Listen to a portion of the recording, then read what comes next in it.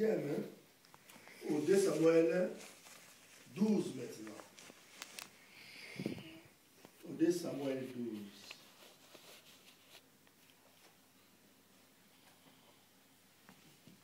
Au 2 Samuel 12, la Bible va nous dire: l'Éternel envoya Nathan. Nathan était le prophète à ce temps-là en Israël. L'Éternel va envoyer Nathan vers David. Et Nathan vint à lui et lui dit: il y avait dans une ville des hommes, un riche et un autre pauvre. Suivez ça bien, bien ami de la Seigneur. Suivez ça bien. La Bible va dire: l'Éternel envoya Nathan vers David. Et Nathan vint à lui et lui dit: il y avait dans une ville des hommes, un riche avec un autre qui était pauvre. Le riche avait des brebis et des bœufs en très grand nombre. Le pauvre n'avait rien que du tout qu'une petite brebis qu'il avait achetée. Il la nourrissait et elle grandissait chez lui avec ses enfants. Elle mangeait de son pain, buvait dans sa coupe, dormait sur son sein, et il la regardait comme sa fille. Un voyageur arriva chez l'homme riche, et le riche n'a pas voulu toucher à ses brebis ou à ses bœufs pour préparer un repas aux voyageurs qui étaient venus chez lui. Il prit la brebis du pauvre et l'a prêté pour l'homme qui avait réussi chez lui. Bien-aimé dans le Seigneur, Nathan va dire à David: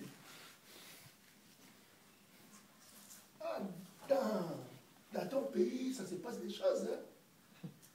Hein? Il y avait des personnes, il y a des personnes dans ton pays. Qu'est-ce qui vient de passer dans ton pays? Il y a des hommes, un pauvre avec un riche. Les riches avaient beaucoup de biens. Les pauvres n'avaient rien. Il avait une seule brebis. Mais les riches avaient beaucoup de bœufs, beaucoup de brebis. Mais un jour, un visiteur étranger, qui est le diable, qui vient chez lui. Mais lui, au lieu de prendre une brebis chez lui, pour préparer, pour offrir à son visiteur, non, il a été chercher la brebis du pauvre qui était une seule, bien aimé dans le Seigneur. Et il a pris cette brebis, il l'a prêté, il l'a donné à son visiteur. Quand David a entendu cela, David a tapé la main sur la table. Oh non! Ça ne peut pas se faire chez moi, dans mon pays.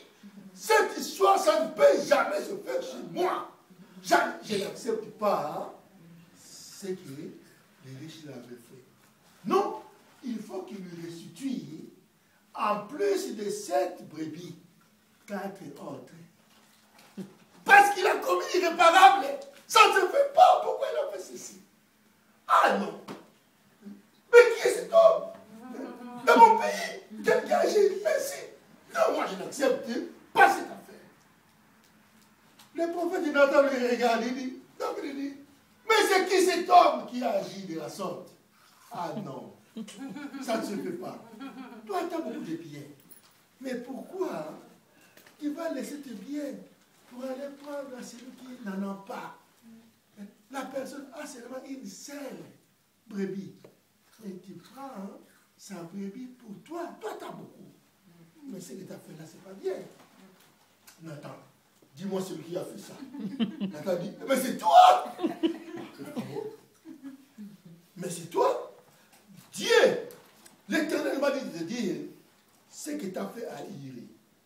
Il n'a pas aimé. Toi, tu as beaucoup de femmes. Tu as beaucoup de concubines. Mais tu as eu l'invité. Mais pourquoi tu n'as pas pris une de tes femmes? Tu as été prendre la femme. Une seule femme d'Iré. Et aujourd'hui, tu as fait tuer Iré. Bien aimé dans le Seigneur, l'Éternel n'a pas aimé cet acte. Dieu n'a pas aimé. Mais nous allons regarder cette Satan. Bien aimé, quand on fait du mal à l'Éternel, Dieu, par sa bonté, il nous pardonne. Mais quand Dieu te pardonne, conséquence, ça peut être dire, Dieu peut nous pardonner. Dieu nous pardonne pourquoi? Il nous pardonne pour qu'on bénéficie du royaume des cieux. Amen. Mais la conséquence se paye sur la terre. Amen. Amen. Nous allons regarder la suite de cette affaire.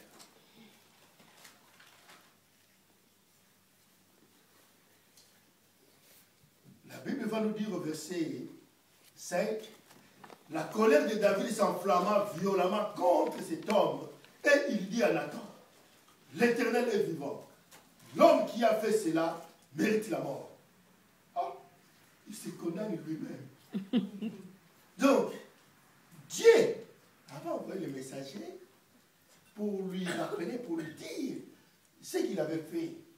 Mais David là, lui seul au verset 5, il a dit, l'Éternel est vivant. Donc il a juré à Dieu, que Dieu est vivant.